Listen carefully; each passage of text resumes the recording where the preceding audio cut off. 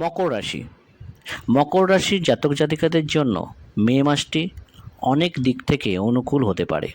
আপনার সাহস ও বীরত্বের প্রভূত বৃদ্ধি ঘটবে, তবে আপনার অন্যের ঝগড়া এড়ানো উচিত, অন্যথায় আপনি ক্ষতির সম্মুখীন হতে পারেন। পারিবারিক জীবনে সুখ শান্তি থাকবে। বাড়িতে কোনো ধরনের সম্পত্তি কেনা সুখ বয়ে আনবে। আপনার আর্থিক অবস্থা ভালো থাকবে। অর্থ সঞ্চয় করে সফলতা পেতে পারেন। আপনার স্বাস্থ্য অনেকাংশে অনুকূল থাকবে। ছোটোখাটো সমস্যা বাদ দিলে এই সময়ে বড় কোনো সমস্যা আপনাকে বিরক্ত করবে না। কেরিয়ারের দিক থেকেও এই মাসটি ভালো যাবে।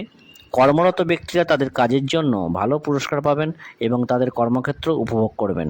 পার্শ্ববর্তী পরিবেশ সহায়ক হবে। যারা ব্যবসা করছেন তারাও ভালো ফল পাবেন। সরকারি খাতে লাভের সম্ভাবনা থাকবে। শিক্ষার্থীদের জন্য এই মাসটি অনুকূল। পারিবারিক পরিবেশও আপনাকে পড়াশোনায় সাহায্য করবে। প্রেমের সম্পর্কে তীব্রতা থাকবে। একে অপরের প্রতি ভালোবাসায় অনুভূতি গড়ে উঠবে। বিবাহিত জীবনে সুখ থাকবে। জীবনসঙ্গীর সাথে পারস্পরিক সমন্বয় ভালো হবে। বিদেশগামী ব্যক্তিদের কিছু সময়ের জন্য অপেক্ষা করতে হতে পারে। আপনার ব্যয় নিয়ন্ত্রণ রাখলে আপনার আর্থিক অবস্থা ভালো থাকবে। কর্মজীবনের দিক থেকে এই মাসটি অনুকূল হতে পারে। আপনার কর্মক্ষেত্রে আপনার সহযোগীদের থেকে একটু সতর্ক থাকুন। ব্যবসায় সাফল্য পাবেন। আমরা যদি ছাত্রদের কথা বলি তাহলে এই মাসটি আপনার জন্য অনুকূল হতে পারে। প্রতিযোগিতামূলক পরীক্ষার জন্য প্রস্তুত নিচ্ছেন, শিক্ষার্থীদের কিছু চ্যালেঞ্জের সম্মুখীন হতে পারে। আপনার পরিশ্রম আগের থেকে বহুগুণ বেড়ে যাবে। উচ্চশিক্ষা গ্রহণকারী শিক্ষার্থীদের কিছু চ্যালেঞ্জের সম্মুখীন নিতে পারে। এই মাসটি পারিবারিকের জন্য অনুকূল হওয়ার সম্ভাবনা রয়েছে। রাশিচক্রের অধিপতি শনি মহারাজকে দ্বিতীয় ঘরে স্থাপন করা হবে, যার কারণে পরিবারের পারিবারিক আয় বৃদ্ধির সম্ভাবনা থাকবে। এর পাশাপাশি পরিবারের সদস্য ও বয়স্ক সদস্যদের সহযোগিতা থাকবে। আপনি যদি প্রেমের সম্পর্কে থাকেন তবে এই মাসটি আপনার জন্য ভালো হবে।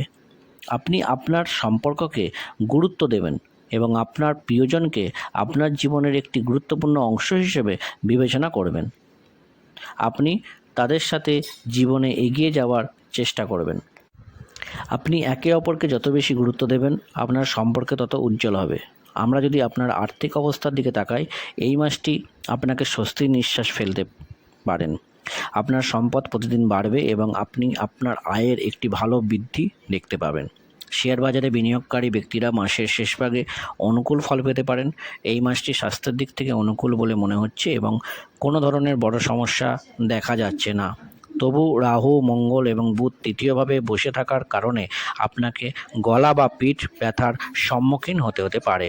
আপনার গলা ব্যথা হতে পারে।